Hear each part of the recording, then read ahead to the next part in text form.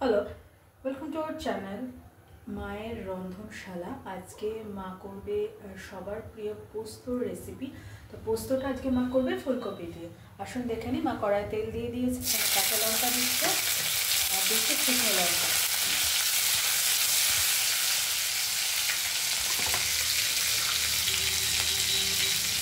এগুলো ভাজা হতে হতে ফোড়নে দিচ্ছে 5 ফোড়ন।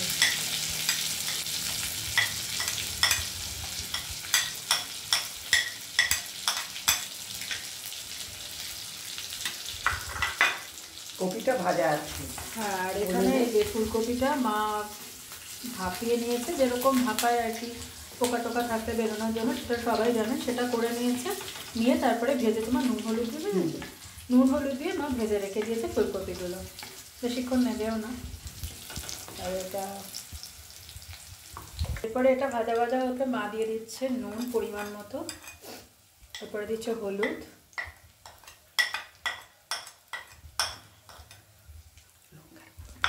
মা দিচ্ছে একটু রেড চিলি পাউডার কালারটার জন্য একটুখানি।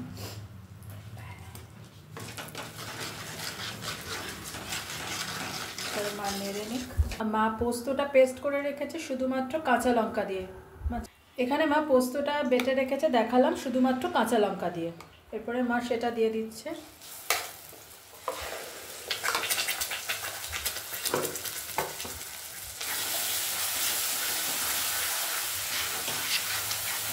পোস্ত খেতে ভালোবাসেন না এরকম মানুষ খুব কম আছে।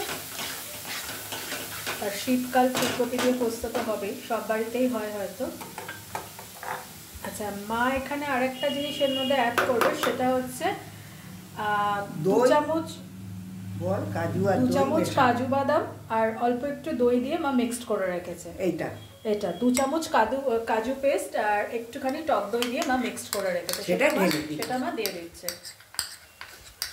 আবারও একবার বলে দিই, 2 চামচ কাজু পেস্ট আর অল্প একটু টক দই দিয়ে মা মিক্সড করে রেখেছে, সেটা পোস্তের মধ্যে মা দিয়ে দিল। এবার এটা ভালো করে নেড়ে নেবে, নাড়তে হবে, নাহলে কাজু বাদাম লেগে যাবে, তলায় লেগে যাবে।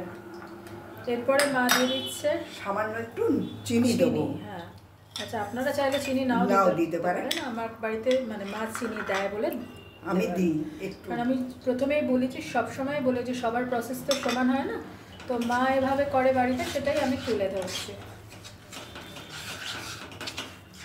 মা চিনি বাড়িতেও দেয়, তাও এখানেও দিল, ওই জন্য। এবার এটা ভালো করে নেড়ে নিতে হবে, নেড়েই যেতে হবে, কারণ তলায় না লাগালে কাজু লেগে যাবে। এই দেখুন কীরকমভাবে তেল রিলিজ করছে, আর এটা নেড়েই যাচ্ছে সমানে, তলায় লেগে যাবে, সেই জন্য নাড়ছি। আর বুঝেছি, এটা নাড়তে থাকুক।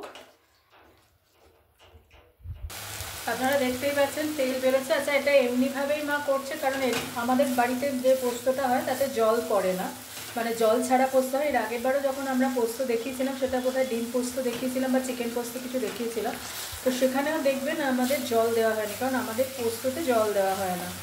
অনেকে হয়তো দিয়ে করেন, অনেকে হয়তো দেন না, তা আমরা দিই না, আমাদের জল পড়ে না। তাই জন্য এটা করতে একটু সময় লাগলো। মা কনস্ট্যান্ট মানে ওটা নাড়ছিল পোস্তটাকে। তো কাজু বাদামটা লেগে যাবে তো তলায়। হ্যাঁ, আর ওটা তো মেন জিনিস, কাজু বাদামটা তলায় যাতে না লেগে না যায়, সেই জন্য মা নাড়ছিল, পোস্তটাও ভাজা ভাজা হচ্ছিল। এরপরে মা দিয়ে দিচ্ছে ভেজে রাখা ফুলকপি।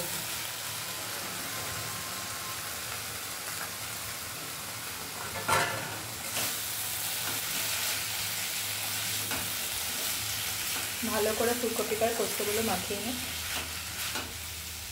এই দেখুন মার ফুলকপি পোস্ত ডান। মা ডিশে ট্রান্সফার করবে, তার আগে আমি যে রিকোয়েস্টটা প্রত্যেক দিন করি, please please please please please please please চ্যানেলটাকে সাবস্ক্রাইব করুন, আমাকে আর মাকে আশীর্বাদ করুন, যাতে আমি আর মায়ের চ্যানেলটাকে নিয়ে অনেক দূর এগোতে পারি। প্লিজ আপনারা পাশে থাকুন, সাথে থাকুন, দেখতে থাকুন মায়ের রন্ধনশালা channel. Please please please please please চ্যানেলটাকে সাবস্ক্রাইব করুন। মায়ের অলরেডি ফুলকপি পোস্ত ডান, এবার ডিশে ট্রান্সফার করবে। এই দেখুন চারপাশ দিয়ে তেলও রিলিজ করছে, দেখতে পাচ্ছেন। এরপরে মা ডিশে ট্রান্সফার করে নিচ্ছে, হয়ে গেছে। তো আজকের রেসিপি ফুলকপি পোস্ত ডান। আশা করি মায়ের করা প্রসেস আপনাদের পছন্দ হবে। তো please please please please please please চ্যানেলটাকে সাবস্ক্রাইব করুন, আমাকে আর মাকে আশীর্বাদ করুন যাতে আমি আর মায়ের চ্যানেলটাকে নিয়ে অনেক দূর এগোতে পারি। ভালো থাকবেন, দেখতে থাকুন মায়ের রন্ধনশালা চ্যানেলটা। অন্যদিন অন্য কোনো রেসিপি নিয়ে আবার ফিরে আসবো। প্লিজ পাশে থাকুন, সাথে থাকুন।